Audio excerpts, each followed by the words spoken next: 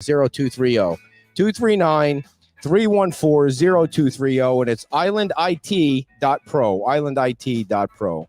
Thank you so much for those guys being a sponsor. And right now in the studio here at the Community House, I think this is the first time we've actually done a show from a completely empty room where there's no other people around, and I'm sure the sound quality is amazing of the microphones. No, it doesn't bother me. You bother me sometimes when you get on my case like that. This is it's a lovely house. Beautiful setting, and I can't wait to have her come on and talk about it. But I was almost afraid to wash my hands in the bathroom. It was so nice in the bathroom. I said, don't want to touch anything. That's what my first statement was. Wow, these bathrooms are amazing. Yeah. Well, Tim, I am not going to try and pronounce your last name again because I'm not sure I was saying it right when we were promoting the show. DROBNYK? That's correct. See, it's just like, just got a lack of some vowels in there, but it works. So we're going to ask you to get nice and close to the mic. Those are all clean. Yeah. Oh, yeah. That's awesome. Yep. And so thanks for coming on. Hey, no worries. You got a radio voice there. I was just going to say that. The deep, very white voice. Yeah, right. So tell us how the campaign is going for you. It's been an interesting month. I got into the race later than all the other candidates, just by choice. I'd been thinking about doing it for about a year. Circles of people that I run with here on the island had been kind of in my ear for about that same time frame, about a year. So it's been going well. I've learned a lot. Been able to talk to some other people, some other residents that I hadn't otherwise been able to. But so far, so good. And again, it's been an interesting road so far. Was there one issue that really prompted you to consider it more seriously? Not particularly one issue. I guess maybe one issue. I don't know. I manage all the youth sports out here, and I have for about a decade now. I have two kids, two teenagers that are long since aged out of the age requirements for the sports out here, and it's great. I love still doing it. It's a completely volunteer situation. Our organization is a nonprofit. Had to create a nonprofit in order to work with the city. I see a lot of families, from pre-K all the way up through 8th grade is what we cater to. I've seen a lot of families come to the island thinking this is a great place, and it is a great place, and a lot of them stay, a few of them go, but they kind of just work in their own circles, let's say. And I guess they get that because there's kids, and that's what happens when you have kids. You socialize and everything with other kids at the same age. I see a bit of a disconnect between those families and the communication with the city, or just the city itself. That's no fault on the city. It's an equal situation, meaning that those families need to get involved if they want to get involved with the city. But I think that the city needs to be able to have some sort of conduit to be able to get them more involved as well, the families more involved. To me, that biggest opportunity lies with the rec center. And that is, if you really think about all the different services and all the different places we have on the island, that's like the one or the main, conduit, if you will. A lot of kids go there for the after school programs, whether it's sports, other programs, the community pool, et cetera. So I see that being an opportunity for, a better relationship between the city. So what's lacking there? What do you think the problem is? It's been, I've been on the island for over 20 years now. And so I was there when the rec center that you see today opened in 2007. And they have great programs. The people that have run that, the rec center have been great. I've just seen it kind of dwindle in the last couple of years, and especially this year because of COVID and financial constraints. I see all that. I just like to see a little bit more focus given to the rec center with regards to programs of all ages. It's not just the kids that go there. I mean, there's retirees, there's middle-aged people that go there for different type of programs, whether it be, yoga, aqua, aerobics, all those type of things that go on there. I just like to see a little bit more focus be given to expanding, I guess, whether it's the programs, the communications, et cetera, to make that rec center a little bit more, more welcoming, I guess, reaching out to the different people. We ran a youth flag football league in Gateway. Awesome? And the kids are the greatest. It was the parents that were the most difficult to manage. Here's the thing. It's a select few, but those are the ones that stick out, and those are the ones you think about. You forget all the wonderful. Absolutely. I'm sure you don't have any of those problems. I doubt it. Well, you would think that, but you go back, let's say, 6-7 years ago. All right. And so at that point, my youngest, she wasn't quite up in the middle school division, but it seems like the middle school division is where all the testosterone comes out from their dads, right? Really? Oh yeah. We used to see it in the 5 and 6 year Well, olds. you see it there, but it builds, right? Oh, okay. So it builds. And so we had I remember a couple seasons where they were made. We don't have a lot of kids out here, right? Sure. Whatever. Sure. We had four teams in that upper division, and all 4 of those coaches were bound and determined to be the champion. And it was interesting. It was definitely interesting. We ended up now. Which sport are you talking about? in flag football. Oh, okay. Same Flag thing, football. Flag football. Oh. So yeah, absolutely. So there were some good battles. Let's call them on the field. A little bit of name calling, all that good that's stuff crazy. that goes along with it. Yeah, out here in little old SANIBEL, right? So. Well, you have your own police department out here, so if you ever needed to avail yourself. Well, it was interesting. After those couple of seasons, we ended up having, Did you have a presence? Yeah, there's a presence who would come It's and always go. good. We had like a marshal from the city, which was an employee from the rec center, is now required since then. And it's not like there's big old throwdown brawls or anything like that, but it's just anyway. The atmosphere out there has completely 180'd from that. It's the place to go on Friday nights, to be honest with you. It's And the parents aren't really drinking water in those mugs they have next to them. Back in the day, you're right. There might have been a cooler in the car. You know I remember saying to one parent, dude, if your kid's going to the NFL, they wouldn't be playing flag football in Gateway right now. Come on, back off on this right here. So, but no, it's fun. It's you figure about the small town, and you get up there to the rec fields, and all the kids are running all over the place. The parents realize that, hey, they're not going anywhere, and everybody looks out for each other's kid. Right. It's really a cool atmosphere. So besides your experience with youth sports, what is your background? What else? All right. So, well, go way back in the day. I've been in the island state for about 21 years now. My family that I married into has had an island presence since the early 80s. So they've been connected here to the island for quite a while. I grew up in Florida, on the east coast of Florida, over in the Cocoa Beach area, and went to school up in North Carolina. Went to Elon University. About as big as this room, not real big. It's bigger now than when I went there. Let's put it that way. Were the bathrooms as nice? When I looked at your, no, they were not.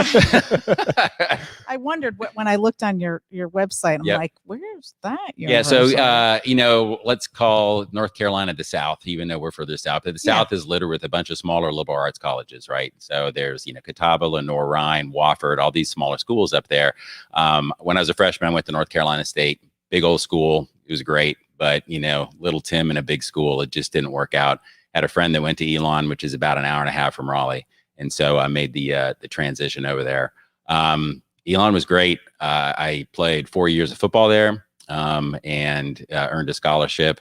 It was great. I ended up with 2 undergrad degrees at Elon and then finished my master's there. So it was it's probably the best college experience somebody could have. And it was just a really good, well-rounded experience. What did you get your degree in? Remind people. That's great. So my undergrad is in accounting, and I've got another one in finance. And then my master's degree was just in general business administration. So what is your impression on how this council is performing? Well, this council has been fractured isn't the right word, but look at all the changes that's happened to this council in the last year, with two of the council members deciding to go run for higher office.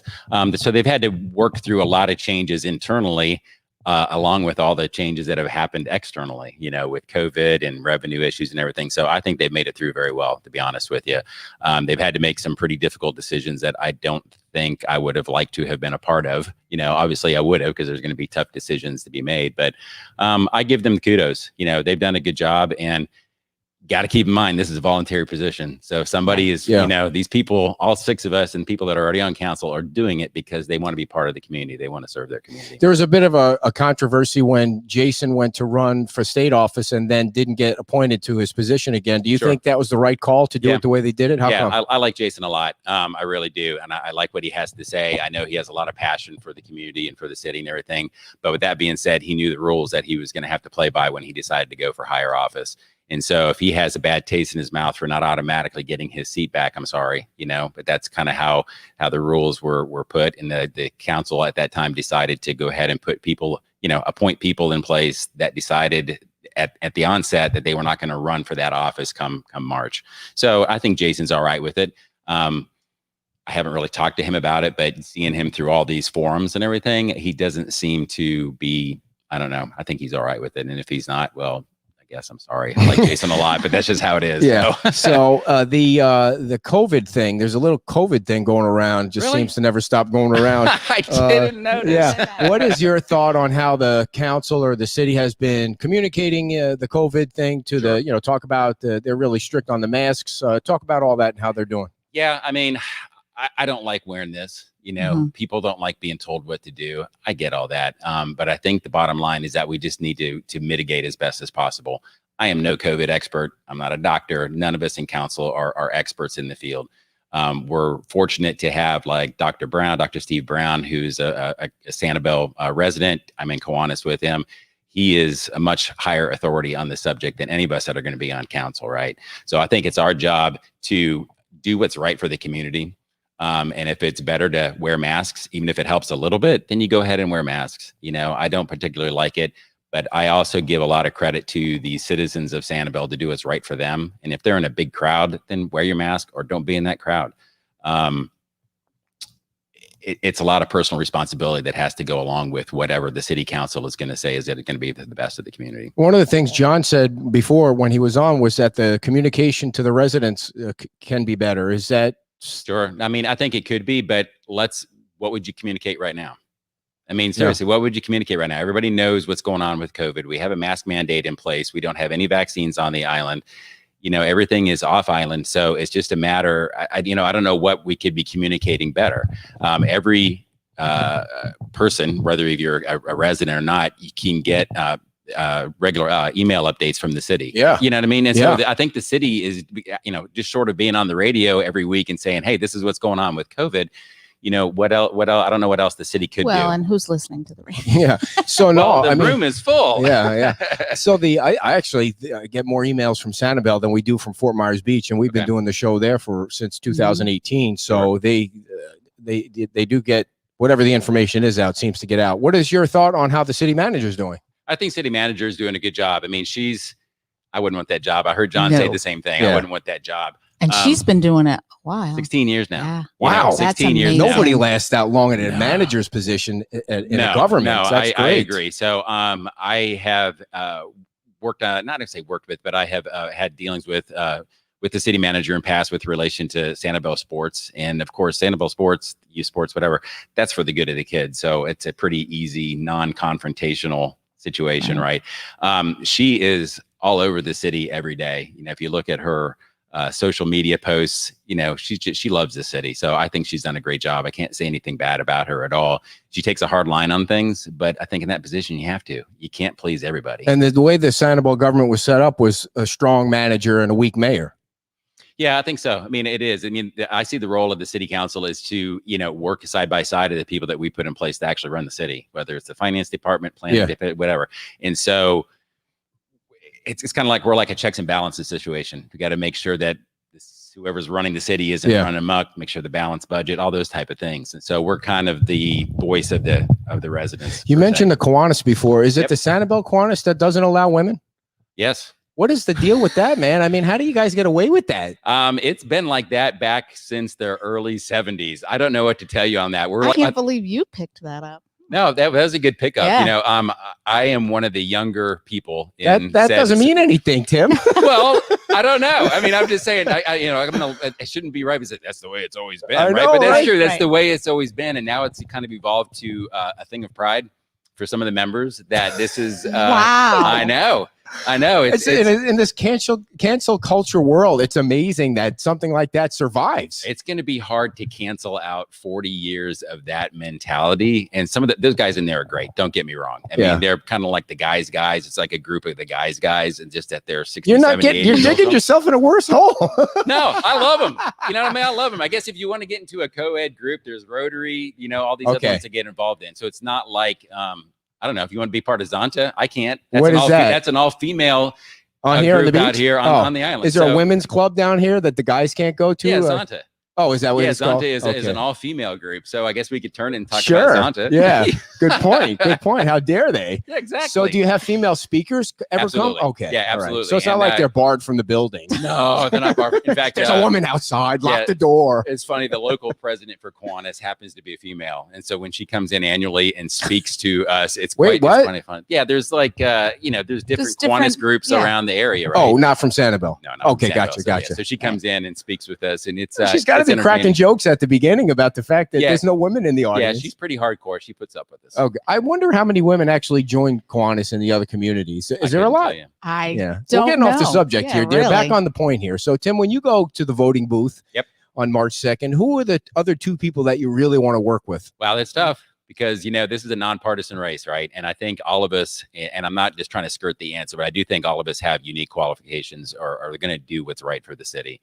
And whether it's like Dr. Scott, who's looking at things from a scientific and a medical background, or John, who has obviously a lot of experience with OSHA, to, Kevin, who has experience doing it already. So I don't know. I like what John has to say. I do like what Jason has had to say, but it's, That's who you're going to vote for then? Is that what you're saying? Don't let him back. I'm not going to say that. I might just vote for myself. How about that? Well, that makes it a little bit possible, easier too. right? So, you don't have to vote for so, but I think that everybody has the best interest of Sanibel on their mind. And with, I think all of the way the city's set up, I don't think anybody's political agenda can be swayed too far right or left. Well, just for clarification, all the other candidates we interviewed said they were voting for you. No, they didn't. No, none of them. None of them answered. Just to be clear, none of them answered the question. Yeah, of course, I'm sure they wouldn't. I mean, it's this is a nonpartisan race, and it's really supposed to be for the good of Sanibel and the good of the community. So when you have to go and make these decisions,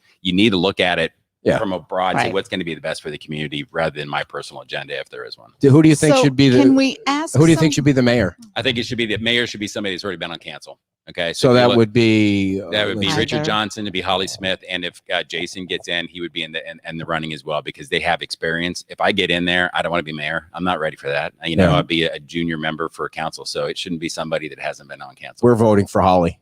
Yeah, I think we don't get a vote. Just so it's only right. She's the vice mayor now, right? I mean, she's the vice mayor now, and the mayor McDonough, he's retiring and such, and so she seems to be the logical choice. She's put a lot of time and effort for this city, and so if I were on council and I were to vote, that's probably who I'd go for. So now some of the issues that are facing Sanibel. Oh my goodness, the issues. Yeah. So speak to us about the big ones that you feel passionate about. Well, we've already water being one of them. Yeah, I obviously I concerned about water, and we're kind of right at the mouth of the Caloosahatchee, right? And so we're in the crosshairs of all the discharges and everything that happened. But Cape Coral, Fort Myers Beach, everywhere here on the Southwest coast is all affected by it. It's just that we're kind of in the forefront, and we've taken that lead in fighting it, which is great. In fact, there's a Southwest Florida Regional Compact that all these municipalities are now a part of, and we've kind of taken the lead in that. We're the first ones to sign on board with it. So I think that the whole water quality issue isn't just a Sanibel thing, it's a regional thing. And think about where we were with the water issue just 5 years ago, where we are now. We're going in the right direction, and so we just need to keep going in that direction, making sound choices for us as a community and us as a region going forward. Do you think there's other things Sanibel can do to help locally help with that effort of conservation and water quality? And sure, I don't want to call them smaller things, but there's a bunch of small things that are going on, but they all add up. Yeah, they all do add up, and that's just it. So you think about all the efforts that we've already put in place, and it's just a matter of keeping going down that road. I know we keep talking about these 19 septic tanks on the island. That's 19 out of 5,000. So it's a pretty small number, but yes, they need to be transitioned over. And long before Captiva is even, fully approved to go over to sewer. But yeah, Captiva to me is more of the issue when it comes to the septic tank changeover than the 19, but we need to get ours done first. What do you mean by that? Like, what is? Well, Captiva is all septic. Oh, I see. Right. And so you think about all the discharges happening from that little island is impacting our water quality far more than the 19 out here. But we don't need to do that until we get our backyard, our stuff all ready for the 19 home. Are they homes? Are they businesses or both? They're all homes. Okay. They're all single family. Why is it? It seems like it should. is there a reason it takes a long time that you know of, or is it in the process of being done? It's in the know. process. Okay, That's part of that whole phase 4 septic thing, or phase 4 sewer expansion that everybody's been talking about. So it's part of that, and it just happened to be in more remote areas that weren't easy to hook right up to this sewer system initially, and so it's just a matter of kind of just finishing up. How big is a septic tank?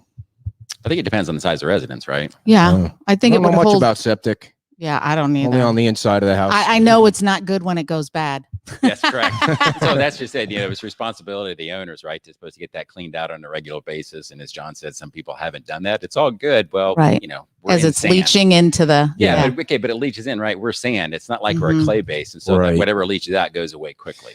So how do you solve the traffic problem? I know it's everybody brings up. I mean, to me, I maybe because I don't come over here enough, but when I see the traffic on the way to Fort Myers Beach when I leave, and then people say there's traffic here, it's funny to me. I don't know why, but I must be missing it. But there's really no traffic issue that I've seen yet.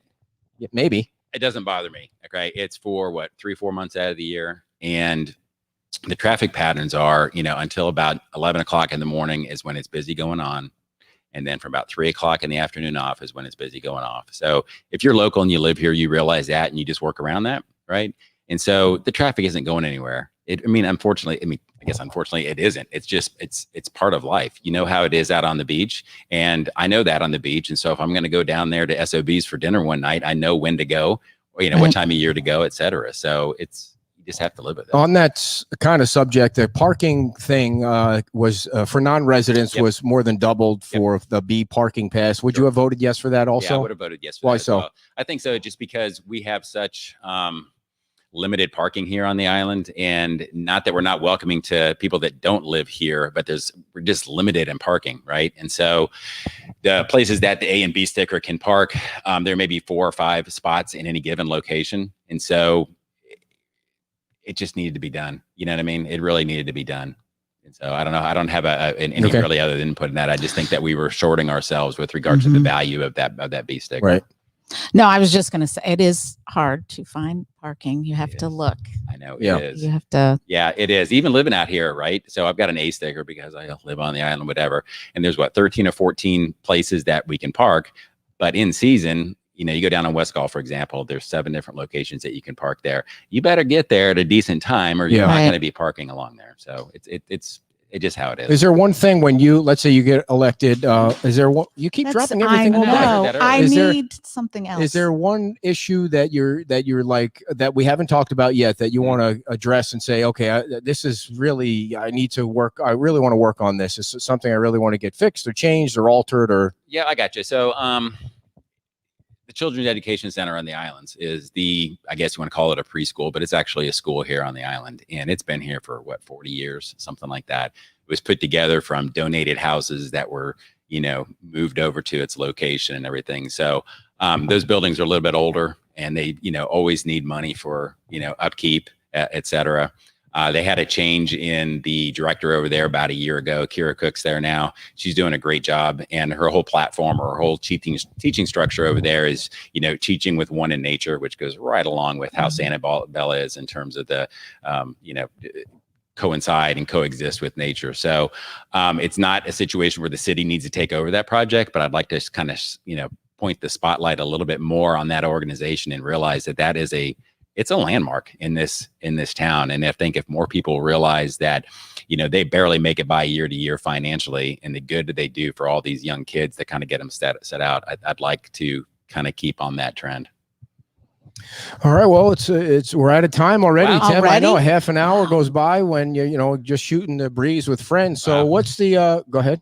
I wanted to give you an opportunity to get any other issues out and to tell people how they can find you and see your stance, because the website is pretty good. Yeah, no, hey, I appreciate that. So I know everybody says I'm not a politician, but I think if everybody's paying attention to the last month, hear me talk, I'm a citizen, out here. I kind of speak my mind. I'm not an expert on any one given topic, but I'm not supposed to be. I'm supposed to listen to what's going on in the community, be their voice, whether it's, in communicating with the city personnel, and just do what's right for the community. I'm educated. I have a hard time talking a lot about myself, but I'm just a citizen that wants to do right for the community. And they get in touch with you and find you absolutely. how? Yeah. So on my website, I was fortunate enough to get the domain name SANIBELCityCouncil.com. So no way. How did somebody not buy that? I don't know. I got that like a month ago. So go figure. So I've got that all up and running. So it has my platform on there and phone number, all that type of stuff's on there. So people can even email me through that. So when you get elected, if you get elected, you're clearly going to donate that site to the city, right? I mean, it's the only right thing. If the city wants it, I guess so. Or maybe that'll just be my conduit in communicating with all the citizens, right? I have SANIBELradio.com. Is that how it came up? Yeah, that's how it came up. Okay, so real quick, I know we're running out of time. So SANIBEL Radio, I picked that up about, I don't know, that domain name about 4 years ago. And I just have a continuous stream of radio, of songs running on there, right? And that whole website, if you go through it, it's nothing more than a chamber of commerce type of website for the city that I put together. I've got restaurants, businesses, vacation rentals on there, and it's all free. I don't charge a thing to anybody to be on that website. They can do a quick little 10-second, hey, this is Jeff at the Sanibel Deli. You're listening to SANIBEL Radio. I just throw it right on, and wow, that's crazy. Yeah, so it's just it's not that expensive to run.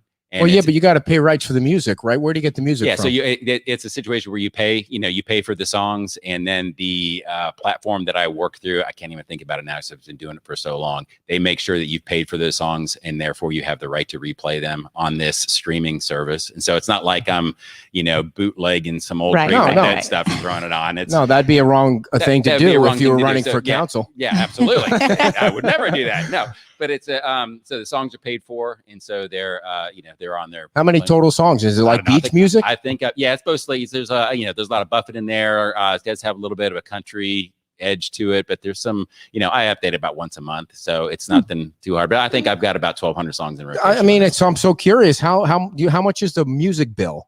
It's not that much. I think the why can't I remember what it is? It's $80 a month. Something like that. But I have to pay for those songs. So you go on Amazon, you go on Apple, they're $1 a song. So it's been a bit of an investment. Oh, right? So you buy them and then you pay monthly. You have to buy them. You have to show proof of ownership in there. So, if you got a couple $1,000 invested into this website, and I do all the website creation, I do all the back end. So it's not like I have to hire somebody. Though I do have teenagers, which helps. Yeah. But it's a pretty easy way for me to get information about the community out there. Obviously, I'm in real estate, and so it's all back end. People come there, and if they want to work with me, great. But I don't do a lot of real estate promotion on that at all. There, you got to cut a promo and put it on there. I thought you'd be interested in that. I figured that was going to come up during this, so that's great. No, that's awesome.